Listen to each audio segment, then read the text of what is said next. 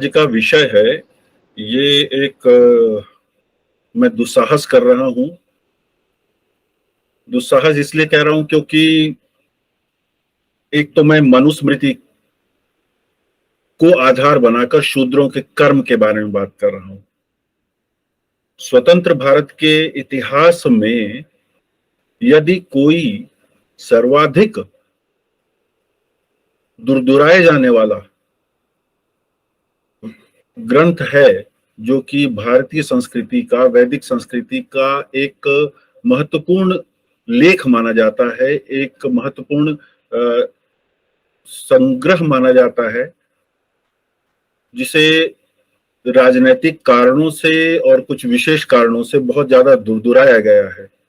और इतना दुरदुराया गया है कि ये मान लिया गया है कि मनुस्मृति में जो कुछ भी लिखा है वह गलत है, समाज के विरुद्ध है, सामाजिक समरसता या समाज के जो अधिकार हैं विभिन्न व्यक्तियों के, जो संभवतः ईश्वर ने सबको दिए हैं, बराबर दिए हैं, उनका अतिक्रमण करता है, उनके विरोध में बोलता है। और इसलिए कोई भी ऐरा गैरा नत्थु खैरा खड़ा होकर मनुस्मृति को गाली देता है और किसी भी हिंदू को भी गाली देता है कि ये लोग मनुवादी हैं। किसी भी वस्तु का, किसी भी पुस्तक का, किसी भी विचार का, किसी भी कृत्य का, किसी भी कर्म का अच्छा या बुरा होना उसके हेतु पर निर्भर करता है। हेतु मतलब पर्पस, इंटेंट। अपने आप में, जैसे कि मैं बार बार ये उदाहरण देता हूं कि जो रसोई में प्रयोग किए जाने वाला, जैसे मैं उदाहरण देता हूं कि रसोई में प्रयोग किए जाने वाला जो चाकू होता है वो सब्जी काटने के लिए होता है, लेकिन हम ये भी देखते हैं कि उसी से हत्याएं भी की जाती हैं। तो क्या रसोई के लिए जो बना हुआ चाकू है वह चाकू गलत है या वह चाकू बनाने वाला गलत है? नहीं, हम उसको किस संदर्भ में उपयोग कर रहे हैं, हम उसका किस संदर्भ में इस्तेमाल कर रहे हैं, उसका सकारात्मक उपयोग कर रहे हैं या नकारात्मक कर रहे हैं, उस आधार पे वह कार्य या वह कृत्य, वह विचार सही या गलत हो जाता है। तो अभी पिछले सप्ताह फेसबुक पे मेरा कुछ ऐसे ही विचार से एनकाउंटर हो गया, आमना सामना हो गया। उस पे मैं उस विषय को तो मैं किसी और दिन लूंगा, लेकिन उसमें जो सबसे ज्यादा दुखदाई था, संक्षेप में बताता हूं कि भारत में स्त्रियों की दुर्दशा के बारे में लिखा गया था। और उसमें यह लिखा गया था कि संविधान ने ही केवल भारतीय संस्कृति में औरतों को सुरक्षा दी है, उससे पहले तो औरतों के ऊपर बहुत ज्यादा अत्याचार होते थे। और ये मनुवादी विचारधारा है। ये जो मनुवादी शब्द था, इसने मुझ पर आघात किया, क्योंकि मनु महाराज ने जो कुछ लिखा है उसको तो इस तरह दुत्कार दिया गया है जैसे कि हम घर में से कचरे को रोज सुबह साफ करते हैं। कभी उसको पढ़ने का प्रयास नहीं किया गया। और पृष्ठभूमि में हर कोई ये लेके बैठा है कि शूद्रों के प्रति अत्याचार करता है मनु, मनु ने उनके विषय में बहुत गलत लिखा है, इसलिए वह अस्वीकार्य है। तो कोई भी सरल बुद्धि है या संतुलित बुद्धि है, कोई भी मनुष्य यदि किसी भी मानव के विरुद्ध कहीं पे भी लिखा है वह अस्वीकार्य करेगा, और वह सनातनी भी जो अपने आप को हिंदू कहता है वह भी उसको अस्वीकार्य करेगा। तो उसमें तो कोई विरोधाभास है नहीं। किंतु क्या वास्तव में मनुस्मृति में शूद्रों के लिए इतना बुरा लिखा है? अब यह बहुत बड़ा ग्रंथ है, संस्कृत में लिखा है। देखिए हमारे साथ अत्याचार क्या हुआ है। मनुस्मृति को या हम अपने किसी भी वांग्मय को न समझ सकें, हमारा जो लिटरेचर हमारे ऋषियों ने बनाया था, जो पहले श्रुतियों में थे, फिर श्रुतियों और स्मृतियों में थे, और बाद में वो लिखित रूप में आए जब भोजपत्र का उपयोग करना सीखा, तब वो लिखे भी गए। वो सभी संस्कृत में है अधिकतम। और जो संस्कृत में है, तो देखिए स्वतंत्र भारत में जो ये कम्युनिस्ट विचारधारा आई, उसने संस्कृत भाषा पे अपना पूरा एक अटैक किया, उस पर पूरा उसके विरुद्ध एक युद्ध छेड़ दिया। और धीरे धीरे धीरे धीरे करते करते करते 5-6 दशक के अंदर संस्कृत भाषा को शिक्षा से नगण्य कर दिया गया है, ऑलमोस्ट जीरो, इररेलेवेंट बना दिया गया है।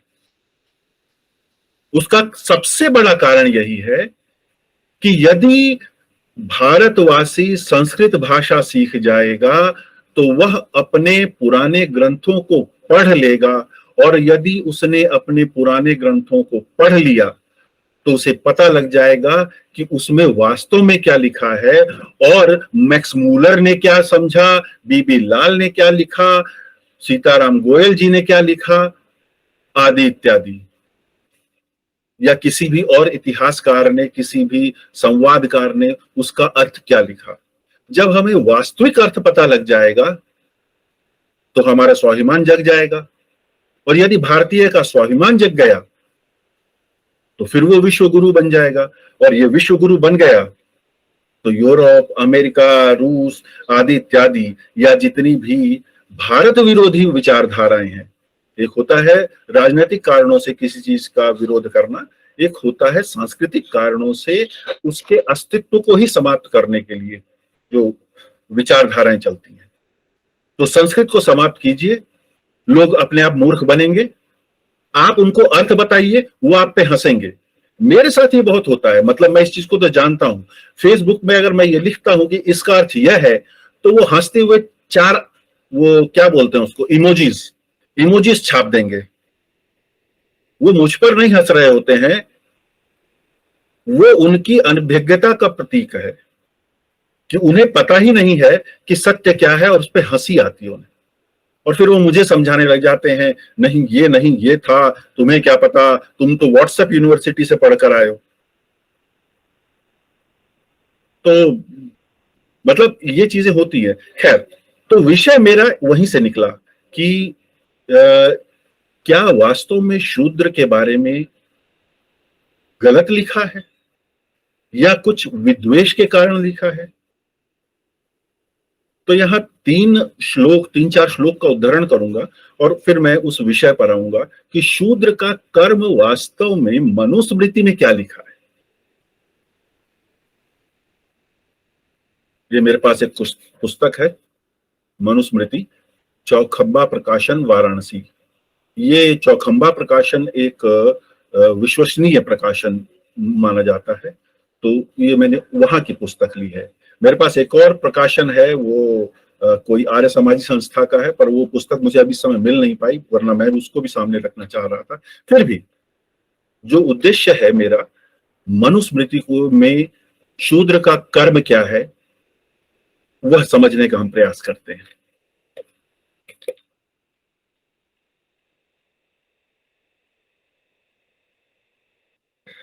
पुरुष सूक्त है, वेदों में सूक्त है, जो सूक्त है उसके अंदर एक पुरुष सूक्त है। पुरुष सूक्त कहता है कि जो काल पुरुष है, या जो मानव, जो ये समझिए नियंता है, सर उसका ब्राह्मण है।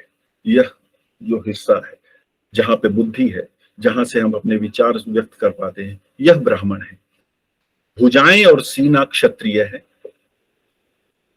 जो पेट है वह वैश्य है, और जो पांव है वह शूद्र है।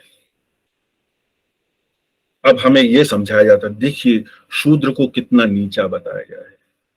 अरे भाई, अगर आपको लगता है कि शूद्र पांव है और पांव नीच है, अपने पांव काट कर फेंक दीजिए, फिर देखिए शूद्र कितना नीच है।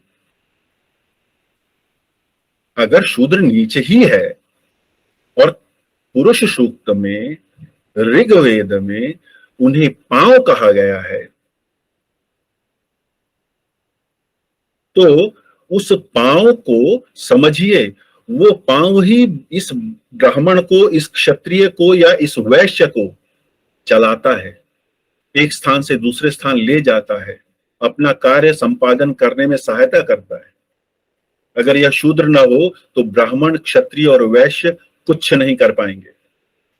लेकिन उस भाव को नहीं समझाया जाता। यह समझाया जाता है तुम्हें तो पैर मान लिया गया है, अपने आप को देखो क्या स्टेटस दे दिया, लेकिन तुम्हें तो पैर मान लिया गया है।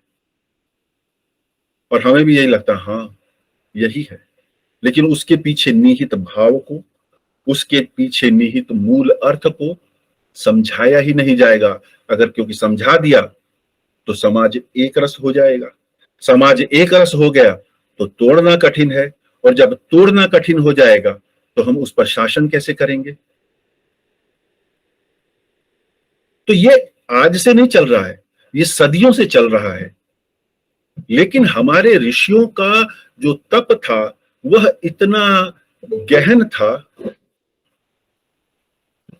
हमारे ऋषियों का तप इतना गहन था, इतना अधिक था कि हम इतने वर्षों की गुलामी जो रही है, परतंत्रता जो रही है, उसके रहते हुए भी, और फिर 70 वर्ष स्वतंत्र भारत में सेक्युलरिज्म के नाम पे हमें जो कुछ पढ़ाया गया है, उसके रहने के बावजूद भी हम अपनी पहचान कुछ हद तक तो जानते ही हैं।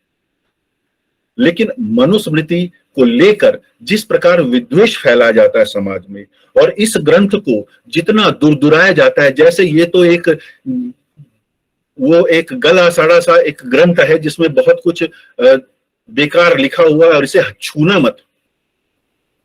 जबकि अगर इसे व्यक्ति पढ़ ले और सही अर्थ समझे तो इससे अधिक कुछ पढ़ने की आवश्यकता नहीं बचेगी। उसे वास्तव में एक पंडित कहलाने के लिए, पंडित अर्थात सब्जेक्ट का मास्टर, एक विद्वान कहलाने के लिए, और वह किसी भी विषय पर धारा प्रवाह बोलकर वार्तालाप कर सकता है, वाद विवाद कर सकता है, संवाद कर सकता है। यह इतना पुष्ट ग्रंथ है। लेकिन मनुस्मृति आते ही एक ऐसी भावना भर दी गई है, खासकर सनातनी के अंदर, कि ये तुमने क्या बना दिया, ये क्या लिख दी, किसको पूजते हो, किसका सम्मान करते हो। खैर, अब मैं उस विषय पर आता हूं। जैसा कि पुरुष सूक्त में लिखा था, अब मनु जी भी यही कहते हैं, सर्वस्या अस्य तु सर्गस्य गुप्त्यर्थै स महाद्युति मुख बाहु रूपज्जानाम पृथक कर्माण्यक अकल्पयत। अर्थ है, महातेजस्वी उस परमात्मा ने इस सृष्टि की रक्षा के लिए, शब्द देखिए, इस सृष्टि की रक्षा के लिए मुख, बाहु, जंघा और चरणों से उत्पन्न वर्णों के लिए अलग अलग कर्म बनाए हैं। अध्यापनम, अध्ययनम, यजनम, याजनम तथा दानम प्रतिग्रहम चैव ब्राह्मणानाम अकल्पयत। पढ़ना, पढ़ाना, यज्ञ करना, यज्ञ कराना, दान देना, दान लेना, यह 6 कर्म ब्राह्मणों के लिए कहे गए हैं। यज्ञ करना, कराना, दान लेना, दान देना और अध्ययन करना और अध्ययन कराना, पढ़ना और पढ़ाना, यह 6 कर्म, यह तो है ब्राह्मण के। अब समझिए, ये काम तो यहीं से होगा, बुद्धि से ही होगा, बुद्धि से सोचेंगे तब होगा। अब दूसरा, प्रजानाम रक्षणम दानम इज्जाध्ययनमेव च विषयेयस्य प्रसक्तिश्च क्षत्रियस्य समासतः। प्रजा की रक्षा, दान देना, यज्ञ करना, पढ़ना और विषयों में न लगना, यह क्षत्रिय के संक्षेप में कर्म बताए गए हैं। प्रजा की रक्षा, अब इसे आप धर्म की रक्षा कह लीजिए, समाज की रक्षा कह लीजिए। दान देना, लेना नहीं है। ब्राह्मण को अलाउड है लेना भी और देना भी। क्षत्रिय केवल दान दे सकता है। यज्ञ करना, पढ़ना और विषयों में न लगना, अनासक्त होना, ये प्रॉपर्टी मेरी, ये किंगडम मेरी, ये एम्पायर मेरी, ये घोड़ा मेरा है। क्षत्रिय होने के नाते कस्टोडियन बनाया गया है मुझे जिसे कोट अनकोट चौकीदार कहा गया है। मैं वो हूं, मैं प्रहरी हूं, मैं सैनिक हूं क्षत्रिय होने के नाते। विषयों में आसक्त नहीं, इसीलिए दान देना है, लेना नहीं है। मुझे त्याग करने की आदत होनी चाहिए। क्षत्रिय को त्याग करने का साहस, त्याग करने की बुद्धि, त्याग करने की समझ और त्याग करने की तत्परता, तैयारी चाहिए। पशूनां रक्षणं दानम इज्जा अध्ययनम एव च वाणिक पथम कुसिदम च वैश्यस्य कृषिमेव च। पशुओं की रक्षा करना, दान देना, यज्ञ करना, पढ़ना, व्यापार, ब्याज, खेती, ये कर्म वैश्य के बताए गए मनुस्मृति के अनुसार। पशुओं की रक्षा, दान देना, यज्ञ करना, पढ़ना। अब ये दान देना, यज्ञ करना, पढ़ना तीनों वर्णों में बता दिया गया है। व्यापार, ब्याज और खेती ये अतिरिक्त है, जो कि वैश्य का कर्म है, बिजनेस कम्युनिटी। अब बचते हैं शूद्र, जो कि आज के विषय में है। एकमेव तु शूद्रस्य प्रभु कर्म समादिशत एतेषामेव वर्णानां शुश्रूषाशनम अनुसूयया। प्रभु ने शूद्र का एक ही कर्म कहा है। अब कोई प्रश्न उठा सकता है कि प्रभु ने क्या शूद्र बनाया? तो श्रीमद् भगवत गीता में भगवान कहते हैं, चातुर्वर्ण्यम मया श्रेष्ठम, चातुर्वर्ण्यम मया श्रेष्ठम, चतुर्वर्ण व्यवस्था मैंने बनाई है। तो यह स्पष्ट हो जाना चाहिए कि भगवान ने ऑथेंटिकेट किया है इस स्टेटमेंट को। तो मनु जी ने जो लिखा है कि प्रभु ने कहा है, तो प्रभु ने तो कहा है, वो भगवान ने, मनु महाराज ने तो पहले लिख दिया था, द्वापर युग में भगवान कृष्ण ने उसको दोबारा से अवतार होकर ऑथेंटिकेट कर दिया है, दोबारा से साइन कर दिया उस पर। अब ये क्या हायरार्कियल है? नहीं, कर्म को समझना पड़ेगा। अब देखिए क्या कहा है, एक ही कर्म बचा है। कर्म क्या है? प्रभु ने शूद्र का एक ही कर्म कहा है, वह है चारों वर्णों की निष्कपट होकर सेवा करे। अब यहां पे मेरा थोड़ा सा इस सरलार्थ में मतांतर है। मैं क्षमा चाहूंगा संस्कृत के विद्वानों से, और क्षमा चाहूंगा इसके प्रकाशक और इसके लेखक पंडित रामेश्वर भट्ट जी से। मैं मात्र अपनी बुद्धि से, मैं ये नहीं कह रहा हूं कि उन्होंने क्या सोच के लिखा है या किस हेतु से लिखा है, क्योंकि हर व्यक्ति की कहने की एक भाषा होती है, हर क्षेत्र की किसी भाव को प्रकट करने की एक भाषा होती है। इसलिए मेरी समझ में अंतर हो सकता है, किंतु फिर भी अब देखिए, यहां शब्द आया है शुश्रूषा। शुश्रूषा सेवा शब्द नहीं है। सेवा क्या है? आप किसी दूसरे के लिए कार्य करते हैं, उसकी इच्छा के अनुरूप कार्य करते हैं, उसके मन का कार्य करते हैं, ये सेवा है। आज जितने भी लोग हैं, वह चाहे हिंदू धर्म को मानते हैं या धर्म को नहीं मानते हैं, जो हिंदू धर्म को मानते हैं या हिंदू धर्म को नहीं भी मानते हैं, किसी भी संस्कृति से हैं, किसी भी विचारधारा से हैं, किसी भी धर्म के हैं, हर कोई इस बात पे अपनी सीने को थपथपाता है, अपने पीठ को थपथपाता है कि हाँ, हम जी सेवा करते हैं, सेवा भाव होने चाहिए, सेवा ही सबसे बड़ा धर्म है, सेवा सेवा सेवा सेवा सेवा। बहुत अच्छा लगता है सबको, सेवा कर रहे हैं। लेकिन जब मनु महाराज ने लिख दिया कि शूद्र का कर्म सेवा है, तो तकलीफ क्यों हो गई?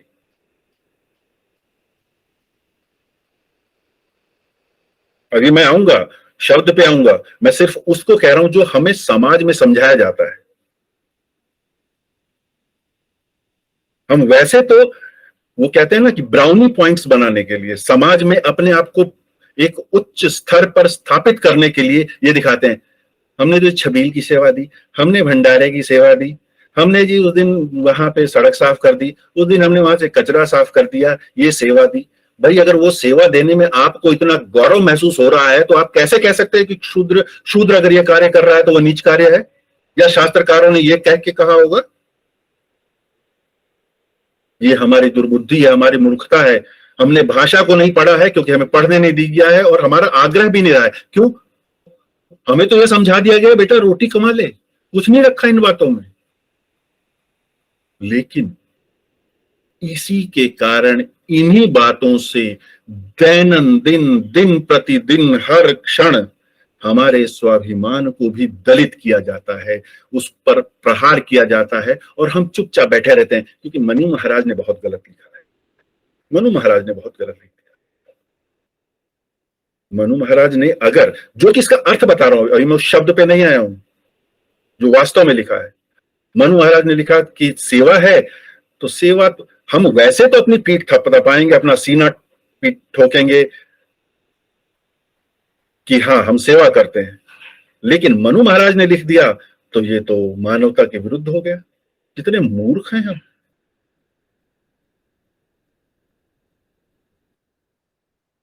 फिर आगे बढ़िए, हम आज के समय में कर क्या रहे हैं? अपनी परंपरागत व्यवसाय को छोड़कर, चाहे वो खेती है, चाहे पिताजी की दुकानदारी है, चाहे सुनार का काम कर रहे हैं, चाहे लोहार का काम कर रहे हैं, चाहे बढ़ई का काम कर रहे हैं, वो छोड़कर हम नौकरी करना चाहते हैं। नौकरी भी तो सेवा ही होती है, सर्विस है ना, चाहे वो सरकारी है चाहे गैर सरकारी है तो वो भी सेवा। वहां हमको बड़ा स्वाभिमान महसूस होता है। लेकिन मनु महाराज ने कह दिया तो बहुत बुरा किया।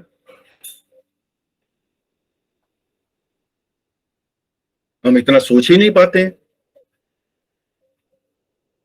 खैर, अब आगे समझने की कोशिश करते हैं। शब्द है शुश्रूषा। सेवा उसका एग्जैक्ट मीनिंग नहीं है। सेवा शब्द शुश्रूषा शब्द का सही सरलार्थ नहीं है। वह उस भाव को नहीं व्यक्त करता है जो ऋषि ने लिखा है, जो मनु महाराज ने लिखा है, उस भाव को व्यक्त नहीं करता है। शुश्रूषा को समझने के लिए बहुत आसान उदाहरण है अस्पताल में सेवा करने वाले परिचर, मेल या फीमेल, जो भी नर्सिंग का काम करता है, जो भी पैरामेडिक है, वह शूद्र का कार्य है, शुश्रूषा है, शुश्रूषा। अब एक नर्स का कार्य कैसा होता है? पेशेंट है, वो अशक्त है, बिस्तर पे लेटा हुआ है, उससे कब दवा देनी है, कब उसकी पट्टी बदलनी है, कब उसका शरीर साफ करना है, कब उसका तापमान नापना है, कब उसका जो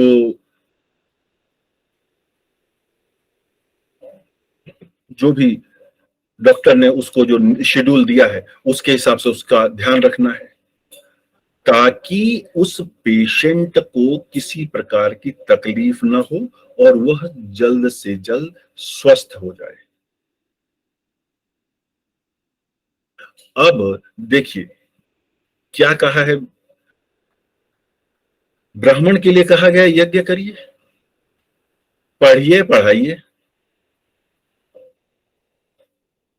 तो आश्रम कौन बनाएगा?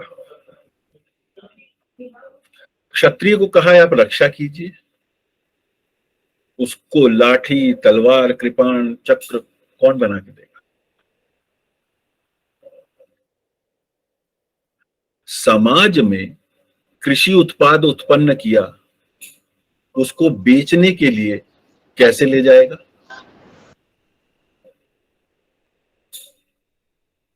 जो जहां अच्छा मूल्य होता है वहां सामान ले जाकर बेचने के लिए व्यवस्थाएं कौन देगा?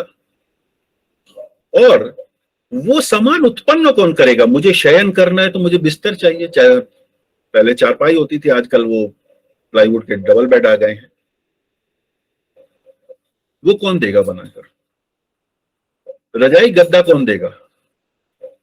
यानी कि शूद्र की जो सोच है, शूद्र की जो दृष्टि है, वह ऐसी है कि समाज में कहां पर कोई भी नीड अराइज हो रही है, कहां कोई आवश्यकता उत्पन्न हो रही है, उसकी पूर्ति करने वाला शूद्र है।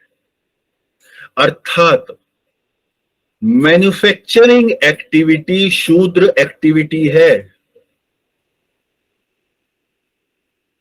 जितने भी मैन्युफैक्चरर हैं, अर्थात जितने भी फैक्ट्री वाले हैं,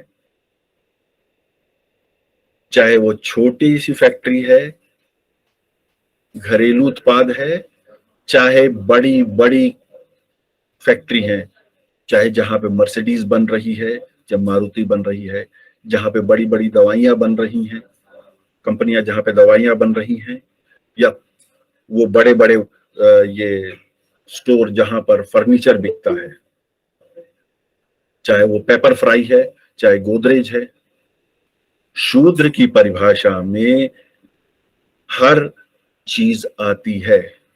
अर्थात जो भी मैन्युफैक्चरर है, जो भी उत्पादक है, क्रिएटर है किसी भी चीज का, चाहे वो गाड़ी बना रहा है, चाहे वो आपके लिए आभूषण बना रहा है, चाहे वो आपके लिए वस्त्र बना रहा है, आज की डेट में तो वो फैक्ट्रीज में बन रहा है ना,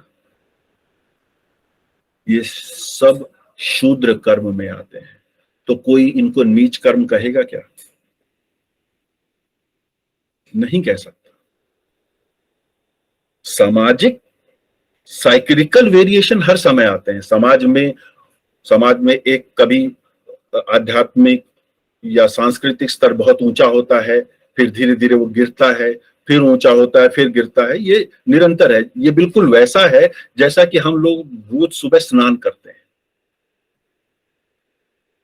क्यों? क्योंकि दिन भर में पसीना आया, इधर गए उधर गए, पानी, धूप, पसीना, ये सब से हमें लगता है कि हम गंदे हो गए, तो अगले दिन सुबह हम फिर स्नान करते हैं, फ्रेश हो जाते हैं, उसके बाद उसके अपने ऊपर इत्र वित्र सब कुछ छिड़केंगे, लेकिन शाम आते आते फिर वहीं पहुंच जाते हैं। यही किसी भी संस्कृति के साथ होता है, किसी भी समाज के साथ होता है। पर इसमें मनु महाराज ने कुछ गलत लिखा है, ये नहीं है। हाँ, मुझे मालूम है कि एक आक्षेप आएगा मेरे पास, अब आएगा या एक महीने बाद आएगा या एक हफ्ते बाद आएगा, जब भी आएगा उसकी भी मैं तैयारी कर रहा हूं, पर जब वो आएगा तब मैं उस पर उस विषय में बात करूंगा। पर मैं जहां तक रोल डिफाइन करने की बात है, जहां तक कर्म निश्चित करने की बात है, तो मनु महाराज ने शुश्रूषा शब्द कहा है, सेवा भी नहीं कहा है। शुश्रूषा शब्द वह है जब व्यक्ति समाज की हर उस आवश्यकता के प्रति संवेदनशील है जिसके बिना नहीं चल सकता, और वह उसको उपलब्ध करा दे, वह कार्य शूद्र का था। इसलिए अगर पंडित जी को पूजा भी करनी है तो मूर्ति शूद्र नहीं बनाई है। मंदिर का निर्माण, पत्थर को तोड़ना शूद्र ने किया है। और अगर वह अस्पृश्य होते, अगर वो अछूत होते, तो मंदिर निर्माण तो नहीं कर, फिर तो पंडित जी ही ठोक रहे होते पत्थर पे छेनी। पर ऐसा तो नहीं है।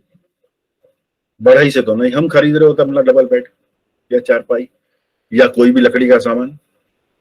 किसान को हथौड़ी, वो अपने यंत्रों के लिए हत्था चाहिए होता है, चाहे कस्सी है चाहे खुरपी है, वो तो बढ़ई ही बना के देगा, उसको किसान स्वयं अपने हाथ से पकड़ता है।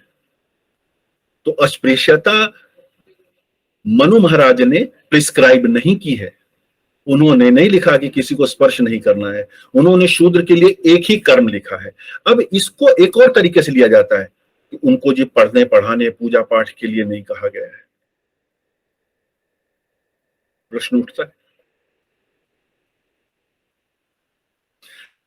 नहीं कहा गया है तो क्या कहीं ये कहा गया कि वो पढ़ नहीं सकते हैं? हालांकि मैं अभी इस पुस्तक को पूरा नहीं पढ़ पाया हूं, वरना कहीं ना कहीं वो उत्तर भी मिल जाता, पर फिर भी। लेकिन क्या है, क्योंकि स्वतंत्र भारत में हमारे दिमाग में ऐसा भर दिया गया है कि मनुस्मृति तो एक हेय ग्रंथ है, इसको छू मत लेना, पढ़ मत लेना, दिमाग खराब हो जाएगा तुम्हारा। यह तो मानव और मानव के प्रति भेद उत्पन्न करता है, भेद नहीं उत्पन्न करता। जब उस चिरंतन शक्ति ने अपनी संरचना में ही बता दिया है कि ये ब्राह्मण है, यह क्षत्रिय है, यह पेट और उस कटी भाग वैश्य है और पांव शूद्र है, तो उससे क्या भगवान को क्या ये नहीं, ये लग रहा था कि मैंने तो बहुत गंदी चीज को अपने साथ लगा रखा है? क्या ऐसा लग रहा होगा? बल्कि भगवान ये बताना चाह रहा है कि इन तीनों को चलाने के लिए, इन तीनों की आवश्यकता के लिए जो कुछ भी करना है, वहां तक पहुंचाने का माध्यम पांव है, शूद्र है। इसलिए शूद्र शुद्ध, हमारा कोई भी उत्सव है उसकी आवश्यकता कौन पूरी करता है? कोई भी उत्सव है, रंग बनाने वाला शूद्र है, दीपावली पे दिए बनाने वाला कुम्हार शूद्र है, पर वो तो दीपक तो रोज भगवान के यहां चलता है। जुलाहे की दी हुई रुई की बाती भगवान के यहां जलती है। भगवान को इतनी नीच चीजें पसंद है क्या? ऐसा तो नहीं है। तो अर्थ ये है कि जो शुश्रूषा शब्द दिया गया है, शुश्रूषा आप कब कराते हैं? मैं उसी उदाहरण पर आता हूं। जब हॉस्पिटल में पेशेंट एडमिट होता है, तब जो कुछ भी नर्स, नर्स मेल या फीमेल दोनों हो सकते हैं, नर्स लिंग रहित शब्द है, पर हमें ये दिखता है कि वो नर्स फीमेल ही होती है, तो हम यही मान लेते हैं कि फीमेल ही है समझने के लिए। कि जो नर्स कर रही है, जो वो दवा दे रही है, जो वो टीका लगा रही है, जो वो पट्टी कर रही है, उससे मैं स्वस्थ हो जाऊंगा, यह शुश्रूषा के प्रति विश्वास है। तो जब ऋषि ने लिखा है कि शूद्र का कार्य शुश्रूषा है, तो शुश्रूषा पे आंख बंद करके विश्वास किए जाने वाला शब्द है। हमें शब्द को समझना होगा।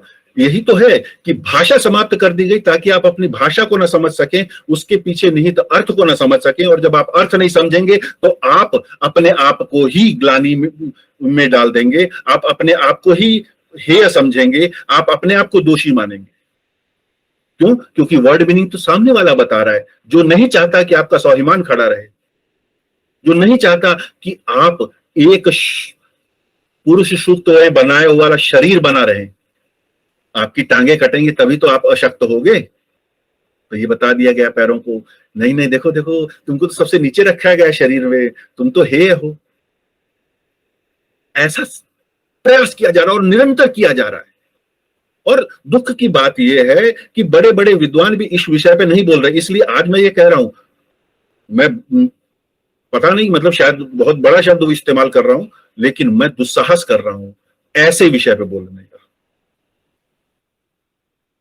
जिसपे कोई बोलता नहीं है, मनुस्मृति और शूद्र पे।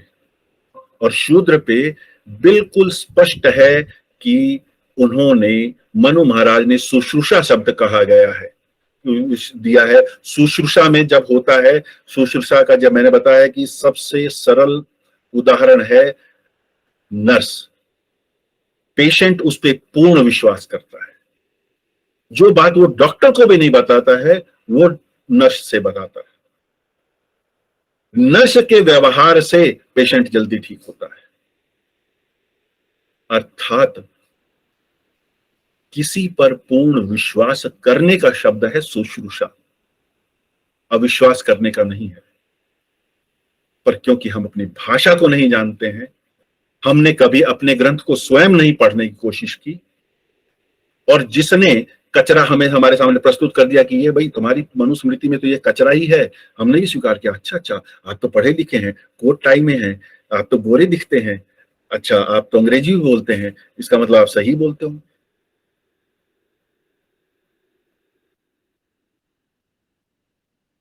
तो हमारे साथ ये हो रहा है, और ये कहां तक हो रहा है। आज भी एक व्यक्ति है जो अपने आप को हिंदू धर्म के ग्रंथों का रूपांतर करके बेचने पुस्तकें लिखता है, लेकिन वह अर्थ का अनर्थ करता है, और हम उसकी पुस्तकें बहुत चाव से पढ़ते हैं। उस पर भी मैं एक दिन बोलूंगा। उसने भी संस्कृत के अर्थ का अनर्थ किया हुआ है। सुर और असुर शब्द का, सुर जो देवता होते हैं और असुर जो दैत्य होते हैं या देवताओं के विरुद्ध होते हैं, उस अर्थ का भी अनर्थ किया हुआ है। आदि और अंत शब्द का भी अर्थ अनर्थ किया हुआ है। और हम स्वीकार करते हैं, जो पढ़ा लिखा इंटेलिजेंसिया या जो सोचता है कि हाँ मैं थोड़ा सा अपने धर्म के बारे में जानूं, तो अच्छा अच्छा अच्छा ये लेखक बहुत ज्यादा आजकल चल रहा है, इसी की पुस्तक पढ़ूं, उसने भी कचरा परोसा हुआ है।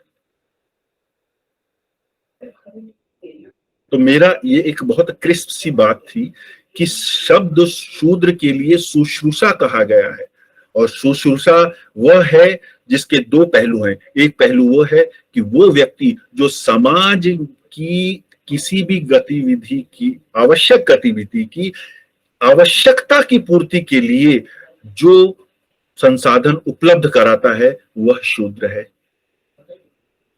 और दूसरी ओर व्यक्ति अपने संसाधनों की, अपने कार्यों को निर्बाध रूप से चला पाने के लिए जहां से संसाधन पा सकता है, उस विश्वास का नाम है शूद्र।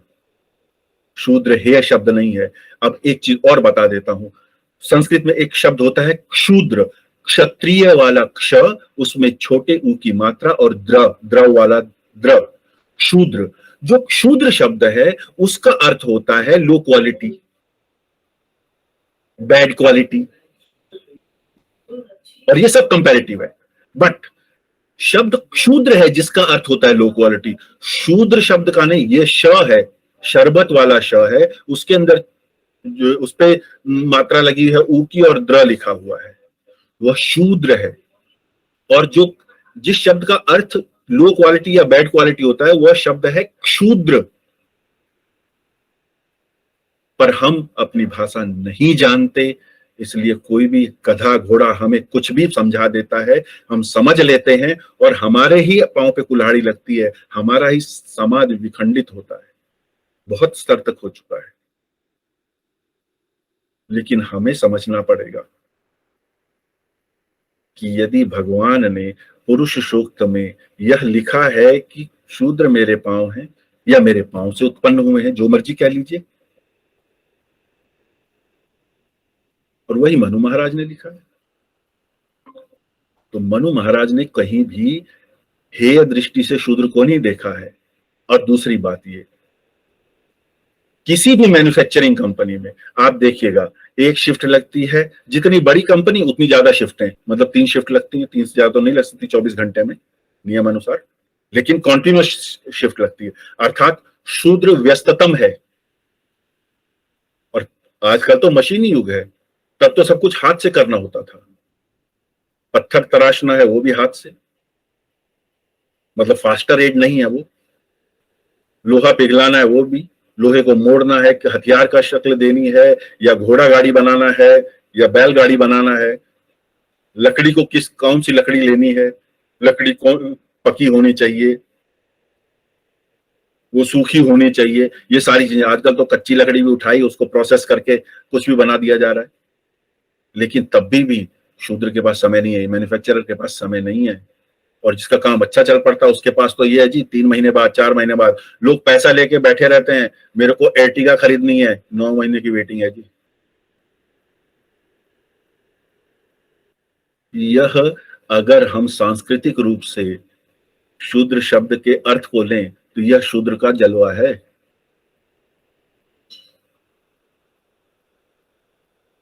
लेकिन हम एक हेय पक्ष को जानते हैं, वही हमें पढ़ाया गया है, वही समझाया गया है, और उस दृष्टि से हमें भी लगता है ये तो बहुत बुरा है।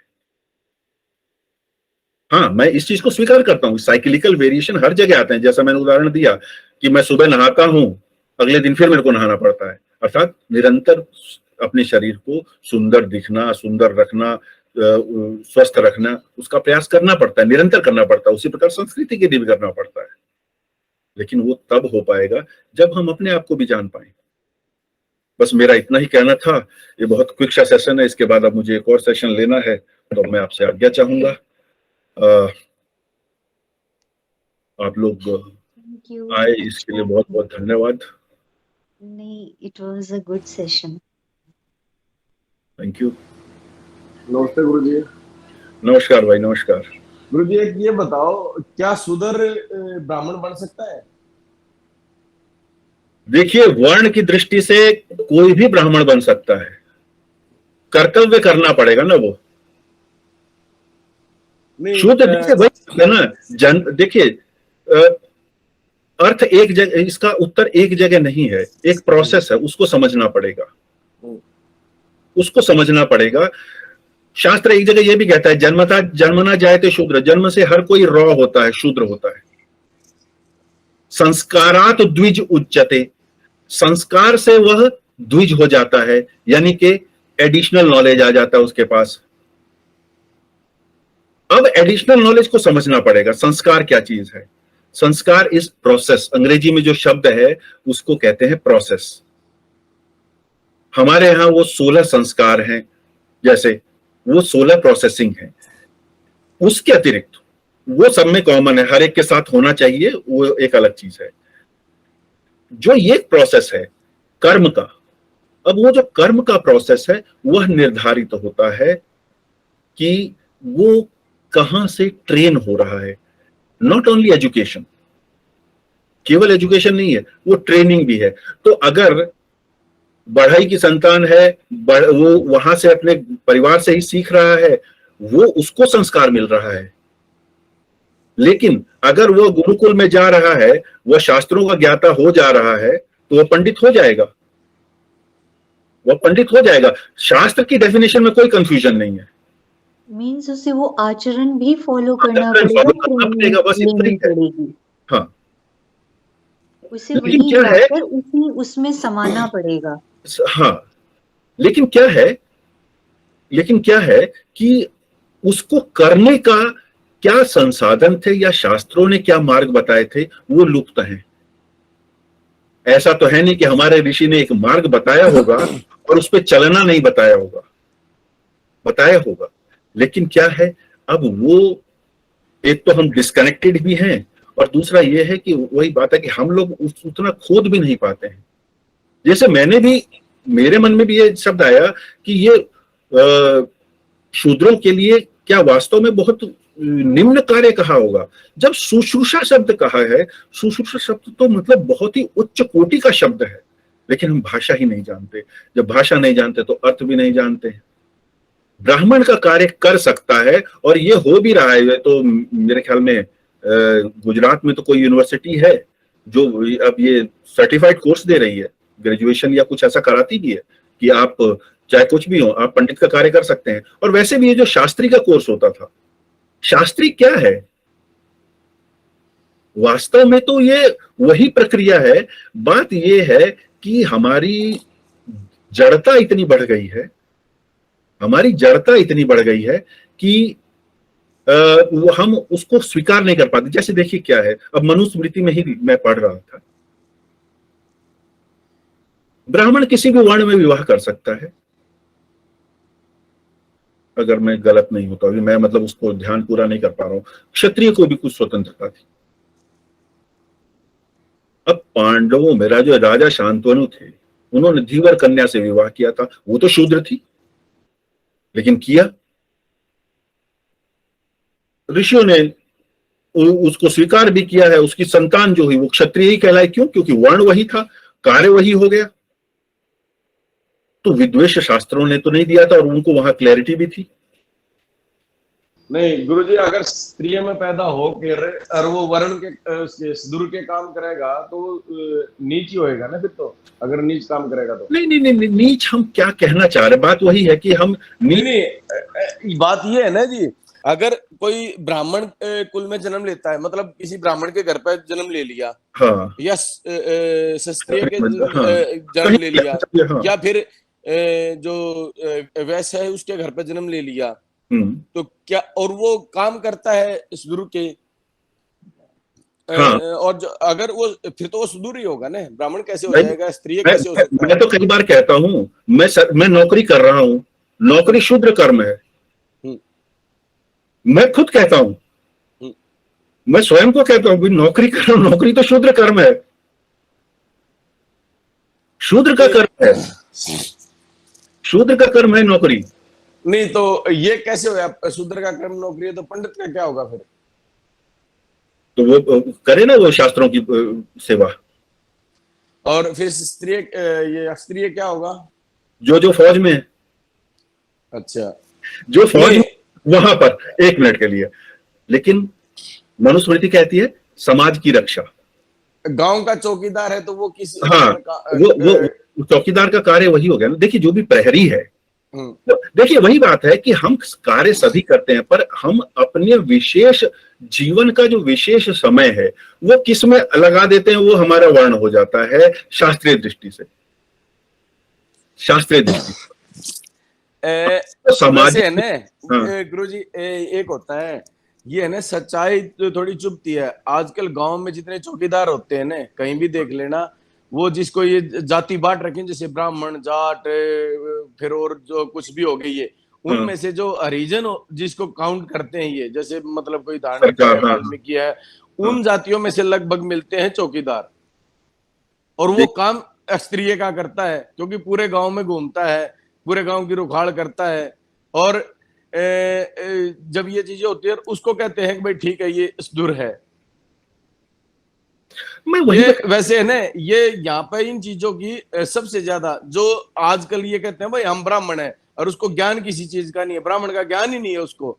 एक पंडित के घर में जन्म लेकर वो ये कहता है ब्राह्मण है, उन्हीं ने सारा सब कुछ कर रखा है, इस ग्रंथों का भी और सारी चीजों का भी। उस आजकल नहीं, एक मिनट, बुरी होती है, मैं कहता हूँ खुद ब्राह्मणों में कहता हूँ ये चीज, जो जैसे पहले थे भाई कोई ये ब्राह्मण है, क्षत्रिय है, या सुदूर है, या जो थे व्यापारी थे, जो भी थे, वैश्य थे, जो ये उन सारे आप अपने कर्म छोड़ के कुछ दूसरे करने लग गए वो, और दूसरे करने लग गए तो वो उससे भी हटते जा रहे हैं।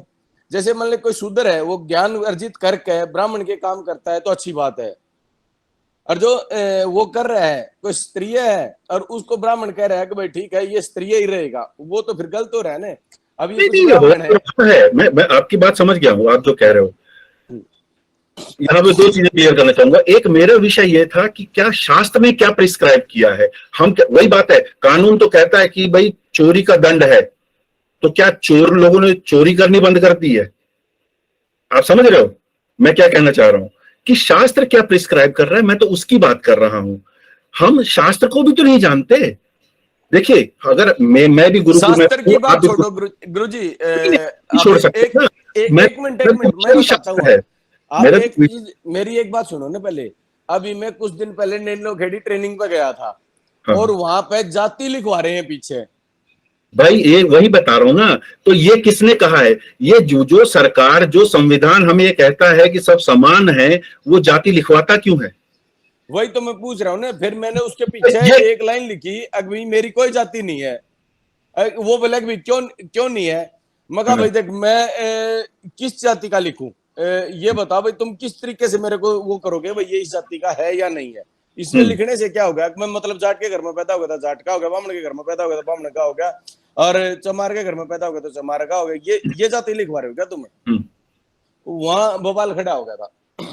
नहीं, वो तो ठीक है। मैं क्या कह रहा हूं, मैं वो कह रहा हूं, मेरा जो विषय था, विषय ये है कि क्या शास्त्र वास्तव में इस तरह का भेद कर रहा है, या मनुस्मृति में मनु महाराज ने वास्तविक कुछ गलत लिखा है। मेरा विषय ये था। बात यह है, जहां तक सामाजिक समझ की, समाज में आई विकृति की, वो तो एक दूसरा और कठिन विषय है। हम खुद ही अपने बच्चों को गुरुकुल में नहीं पढ़ाना चाहेंगे, कितने लोग पढ़ाना चाहेंगे? और वास्तव में वो गुरुकुल भी नहीं है। गुरुकुल भी क्या है? सीबीएसई से एफिलिएटेड है, हरियाणा बोर्ड से एफिलिएटेड है, यूपी बोर्ड से एफिलिएटेड है, या एमपी बोर्ड से एफिलिएटेड है, फलाना और ठिकाना है। कोई वैदिक परंपरा से चलने वाले गुरुकुल कहाँ है? गुरुकुल में भी जो गुरुकुल आज के डेट में है, वो सिर्फ आपकी दिनचर्या को रेगुलेट कर पा रहे हैं कुछ हद तक, कि भाई आपको ऐसे सोना, ऐसे रहना है, हॉस्टल में ही रहना है, इस तरह की क्रियाएं करनी है। लेकिन सिलेबस तो आपको फिर भी वही पढ़ाना पड़ रहा है। सिलेबस तो आपको वेद नहीं पढ़ाए जा रहे हैं। जोधपुर में तैयार होने लग रहा है गुरुजी, जहां पर वेद ही पढ़ाए जाएंगे धीरे धीरे। नहीं, वो तो अच्छी बात है ना। मैं वही तो कहना चाह रहा हूं कि जब हम अपने शास्त्रों से दूर हैं, तो उसमें वास्तव में क्या लिखा है हमें नहीं पता। अब जब हमें नहीं पता, तो विकृतियां स्वाभाविक हैं, और अगर विकृतियां स्वाभाविक हैं, तो उसको दूर कैसे किया जाए? दूर करने के लिए कम से कम हमें अपने आप को पहले जानना तो जरूरी है। कि अगर मैं ये कह रहा हूं कि मैं शास्त्रों का ज्ञाता हूं, मैं द्विवेदी हूं, चतुर्वेदी हूं, त्रिवेदी हूं, या त्रिपाठी हूं, तो वो कह क्या रहा है? वो तो पिताजी त्रिवेदी थे, या आपके दादाजी या परदादाजी थे जिन्होंने 3 वेद पढ़े थे, उसमें पारंगत हो गए थे। आप तो सिर्फ उनके कमाई को खा रहे हो, ये सच्चाई है। लेकिन अब अगर आपको समरसता लानी है, या समाज को वास्तविक वो रूप दिखाना पड़ेगा, तो वो भी तो समझना पड़ेगा कि शास्त्र में वास्तव में क्या लिखा है। मुझे पता है, आपको पता है, जो सुन रहे हैं वो भी मानेंगे, वो जानेंगे, तब तो आएगा वो परिवर्तन। आप समझ रहे हो? समस्या तो है ही है, समस्या तो है ही। परिवर्तन भी तो तभी आएगा ना अगर हम जानेंगे। तो विषय यही था कि क्या शास्त्र वास्तव में इतना गलत लिख रहा है? शास्त्र नहीं लिख रहा, हमारी अपनी व्यवस्थाओं की गड्ढमड्ढ है, हमारी व्यवस्थाओं की गड्ढमड्ढ है। नहीं, शास्त्रों में तो गलत नहीं लिख रहा क्या जी? पढ़ाने वाले तो गलत पढ़ा रहे हैं ना, और समझाने वाले गलत समझा रहे हैं ना, और समझने वाले गलत समझ रहे हैं। तो मैं भी तो इसी विषय को लेके मैंने आज ये दुस्साहस किया है कि मनुस्मृति और शूद्र पे बोलूं। आपको ये बहुत अच्छा करा आपने। मैं थोड़ा लेट जुड़ा, लेकिन वरना क्या है, आपको मनु महाराज नकारात्मक शेड में सुनने को मिलेंगे, ये तो आप स्वीकार करोगे। नकारात्मक शेड में कोई नहीं गुरुजी, मनुस्मृति पढ़ रहा हूं मैं। 15-20 दिन हो गए पढ़ते पढ़ते, लगातार ऑनलाइन चल रही है क्लास इसकी। ठीक है, अच्छी बात है, अच्छी बात है। वही मैं कह रहा हूं ना कि जब हम अपने शास्त्र को जानेंगे ना, तो हमारा भी आत्मविश्वास भी बढ़ेगा, और हमारे दिमाग में जो कचरा है, जो दूसरों ने भरा है, या हमारी नासमझी का कचरा है, दोनों निकलेंगे ना भाई। के लिए भी तो कुछ चाहिए ना, बुद्धि को भी तो भोजन चाहिए एक, और वो भोजन अगर हम प्रयास करेंगे तभी मिल पाएगा। वरना जो सिस्टम है वो तो नहीं दे रहा हमें, सिस्टम तो उससे दूर कर रहा है। क्योंकि अगर आपको अपने बारे में समझ आए, छोड़ दीजिए आप मनुस्मृति को, छोड़ दीजिए बाकी शास्त्रों को, छोड़ दीजिए, आयुर्वेद ही आपको कहां पढ़ने को इतना मिल रहा था? क्यों? वो संस्कृत भाषा में, भाषा को खत्म करो, आपका इंटरेस्ट ही खत्म हो जाएगा। मतलब अब ये जो आयुष पे तो थोड़ा जोर चल रहा है 3, 4, 5, 6 साल से, उससे पहले BA-MS में एडमिशन को सेकंड क्लास कोर्स की तरह देखा जाता था, आयुर्वेदिक चिकित्सा पद्धति को। गुरुजी, अगर ये जितने भी स्कूल है ना, इसमें सिलेबस में अगर एक पीरियड वेदों से संबंधित रख दिया जाए, तो उसमें ये मैक्सिमम 6 ग्रंथ पूरे हो सकते हैं। 4 वेद और मनुस्मृति वगैरह, ये 6 ग्रंथ पूरे हो सकते हैं 12 साल में। भाई अगर चाहेंगे तब ना, जिस दिन तो स्वाभिमान नहीं खड़ा हो जाएगा आपका, आप जिस दिन ये सब गलत है। जिस दिन ये पढ़ लेंगे, राजनीति पागल बनाना छोड़ देगी। राजनीतिक है ना जो सारे पागल बनाना छोड़ देंगे, पब्लिक बनेगी नहीं। तो वही तो विषय है, इसीलिए मैंने ट्रांसलेशन भी तो जरूरी है। सही ट्रांसलेशन ना की गई तो फिर वो गड़बड़ हो जाएगी। जैसे अब कर्मों का बोध वर्ण कराता है, जातियों का नहीं। लेकिन अगर इसी को उस पर्सन ने ही बायस्ड होके कुछ और पढ़ा दिया तो वो और ज्यादा वो हो जाएगा। इसीलिए भाषा जाननी जरूरी है। वेद में भी देखिए ना, वेद पढ़ने के लिए भी ये कहा जाता है निरुक्त पढ़ा जाए। निरुक्त क्या है? वेदों की व्याकरण है कि वेद Actually, में संस्कृत को सेकंड लैंग्वेज बनाया हुआ है। अगर स्कूल्स में संस्कृत को एज अ एक्स्ट्रा सब्जेक्ट की बजाय मेन सब्जेक्ट में रखा मेन से जाए। तो नहीं, मेन तो क्या मतलब ऑप्शन ही हटाने की कोशिश है। गुरुजी ऐसा है, वेद पढ़ने से पहले वेद का पार्ट है जिसके अंदर वर्णमाला है, सबसे पहले वही पढ़ा जाता है। वेद पढ़ने से सबसे पहले वो होता है प्रोनाउंसिएशन, उससे ठीक हो जाता है, बच्चे को पता होता है क्या है क्या नहीं। वही ये नहीं कि सीधा उसको वेद वेद ही पकड़ा देंगे। नहीं नहीं, वही है, इसीलिए तो कह रहा हूँ कि वेद को समझने के लिए निरुक्त पढ़ना पड़ेगा। निरुक्त उसकी व्याकरण है, जो आप कह रहे हो, ना वर्णमाला इत्यादि, ये उसी की व्याकरण है। कि क्योंकि देखिए हर भाषा का अपना एक स्टाइल होता है ना। तो इसलिए आज भी मैं भी तो एक ही शब्द बोला हूं, शुश्रूषा पे। शुश्रूषा शब्द अपने आप में बहुत बड़ा शब्द है, लेकिन हमारी समझ में क्या है कि शूद्रों को तो बस ये काम दे दिया है। तो अगर हम भाषा के शब्द के महत्व को समझेंगे, उसकी उपयोगिता को समझेंगे, तो अपने आप समझ में आने लग जाएगा कि किसने क्या लिखा था और किसने क्या हमें बताया है, या किसने गड्ढमट बीच में किया है। हाँ तो जी। इसीलिए हमें जानना जरूरी है, और मेरा प्रयास वही है कि हम उसको जाने कि वो वास्तव में क्या कह रहे हैं। वरना तो कितनी पॉलिटिकल पार्टियां अपना जीवन इसी पे चला रही हैं, मनुस्मृति को गाली दो, वोट लो। अरे उसमें तो उस शास्त्र के अंदर तो पता नहीं क्या क्या है। समाज विज्ञान है, रक्षा विज्ञान है, अर्थशास्त्र है, सब चीज के लिए लिखा हुआ है। और ये तो एक समराइज्ड बुक है, मतलब बहुत ही पोटेंट ग्रंथ है। उसको पर्सपेक्टिव में, और फिर उसके बाद हमें समझ में आता है हमें क्या स्वीकार करना है, क्या नहीं कराना है। ये तो हमारे वेद भी कहते हैं कि अगर तुमको लगता है उसकी उपयोगिता है तो ठीक है, नहीं है तो कोई बात नहीं, छोड़ दो। सारी चीजें तो चलानी भी नहीं है, और न व्यक्ति को हर चीज को चला सकता है एक जीवन काल के अंदर, अपने संदर्भ में ही देखेगा वो। लेकिन स्कूल्स संदर्भ में अलग ये अलग। सब किया जाए और सारे शास्त्रियों को ये जॉब भी मिल जाएगी और वो सही तरीके से इसको बच्चों को शुरू से बताएं तो उनको भी जॉब मिलेगी, काम मिलेगा और प्रमोशन भी मिलेगी कि हाँ भाई हमारे संस्कृति को या इस ये चीजों को। दरअसल क्या है ना, समस्या यही है कि सिस्टम के थ्रू करना बहुत बड़ा कठिनाई है। वरना वो सबसे पहले ये आ जाता है, ये तो हिंदूवादी बनाने का प्रयास है। बात ये नहीं है हिंदूवादी की, है तो हम तो ज्ञान की बात कर रहे हैं। वेद शब्द ही अर्थ ही ज्ञान होता है वेद का। हम तो ज्ञान की बात कर रहे हैं, हम तो वो जानना चाह रहे हैं जो हमारे ऋषियों मनीषियों ने लिखा है। आयुर्वेद में क्या कुछ लिखा है, सुश्रुत ने क्या लिखा है, चरक ने क्या लिखा है, सब संस्कृत में लिखा है। हम अंग्रेजी की कोई भी बुक रेलवे स्टेशन भी पढ़ लेंगे होम्योपैथी की, तो जी वेद पढ़ने और पढ़ाने से पहले ना त्याग करना पड़ेगा बहुत बड़ा। एक त्यागी मैंने अभी देखा है, मतलब उसने 8-10 साल से छोड़ रखा है। इतने अच्छे वैद होते थे वो, मतलब उन्होंने बीएमएस करके एमएस वगैरह कर रखी थी, कई बार आपके साथ जिक्र भी करा है।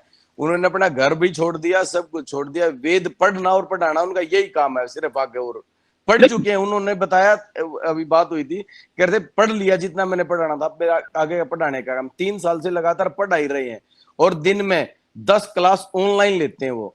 तो वास्तविक ब्राह्मण का कर रहे हैं वो, और ब्राह्मण भी 2 क्लास वहां पे लेते हैं बच्चों की, महर्षि दयानंद स्मृति भवन न्यास में, जहां पे महर्षि दयानंद को पॉइजन दिया गया था। मतलब त्यागी बहुत है, जब जो करना पड़ता है ना, त्याग करना पड़ता है, तब होगा कुछ। अब हम बैठे बैठे कुछ करेंगे तो कुछ नहीं हो पाया ना। कुछ आदमी ऐसे पढ़ लिया और अपने पास रख लिया, ना पढ़ा है तो फिर फायदा क्या है? नहीं वो तो है नहीं। मेरा भी ऑनलाइन आने का मकसद क्या है, जो भी थोड़ा मोड़ा मेरी समझ है मैं भी तो शेयर ही कर रहा हूँ। पॉइंट तो वही है ना कि करना पड़ेगा। और बाहर नहीं पढ़ा पाए तो कम से कम अपने बच्चों को अपने घर पे पढ़ाओ। मैंने अपने बच्चों को ऋग्वेद की एक पुस्तक, एक वेद मतलब पढ़ा दिया है। आप भी खुद पढ़ लिया और बच्चों को भी पढ़ा दिया है। भाष्य उसका अच्छी बात है ना। तो वही चीज तो कह रहा हूं मैं। तो मैं यहाँ पे भी मैं मनुस्मृति को लेके इसीलिए आया था। खैर हमारा जो विषय चल पड़ा है वो दूसरा है कि उसको व्यवस्था में कैसे लाया जाए, पर जो विषय था वो यही था कि क्या वास्तव में मनु महाराज ने कुछ गलत लिखा है क्या? तो गलत नहीं लिखा है, मेरा ये बताने का प्रयास था। हाँ, बिल्कुल सही बात है गुरुजी। अगर मनुस्मृति ये पढ़ लेंगे ना, जो जलाने वाले हैं वो पढ़ लेंगे तो वो उनसे हट जाएंगे अपने आप। अगर थोड़ा बहुत भी पढ़ लेंगे तो उसका कुछ पढ़ने नहीं देंगे, इसीलिए तो पढ़ने नहीं देना है ना, इसीलिए तो भाषा को भी हटा दो और उनको उनके दिमाग में भर के रखो। मनु ने अभी ताजा एक मुस्लिम ने जोधपुर में आर्य समाज ज्वाइन करा है और उसने उनका सब कुछ छोड़ के उसने वेद पढ़े और वो एक पुस्तक पढ़ने के बाद ही उसने हिंदू धर्म को अपनाया और दोबारा अपना मैं डेली यज्ञ करता है, डेली वो दोनों वक्त सुबह शाम। वही मैं कह रहा हूं ना कि हम अगर अपने शास्त्र को जानेंगे ना तो हमारा स्वाभिमान भी बढ़ेगा और समाज में समरसता अपने आप आ जाएगी। ये पॉलिटिकल लेवल पे नहीं हो सकता। तो इसलिए मैं भी अपना प्रयास कर रहा हूं, आप अपना प्रयास कीजिए, कहीं ना कहीं तो ये गंगाएं मिलेंगी। नहीं, बिल्कुल करना चाहिए जी, सबको करना चाहिए, तभी ये कुछ हो सकता है, इसको मजबूती तभी मिलेगी। बिल्कुल बिल्कुल। चलो ठीक है जी, ओके जी, ओके, थैंक यू। आप लोगों का बहुत बहुत धन्यवाद। मैं ये वीडियो भी शेयर कर दूंगा, जो लेट ज्वाइन किए हैं तो थोड़ा सा उनको भी। हाँ मंजूश्री जी। नमस्ते विवेक जी, कैसे हैं? नमस्कार नमस्कार, मैं ठीक हूँ, आप कैसी हैं? बस बढ़िया, wonderful session. But I would request कि आप कोई बुक्स रेकमेंड कर सकते हैं जो हम बच्चों को बोले कि आप ये बुक यहाँ से पढ़िए, I think that will also help.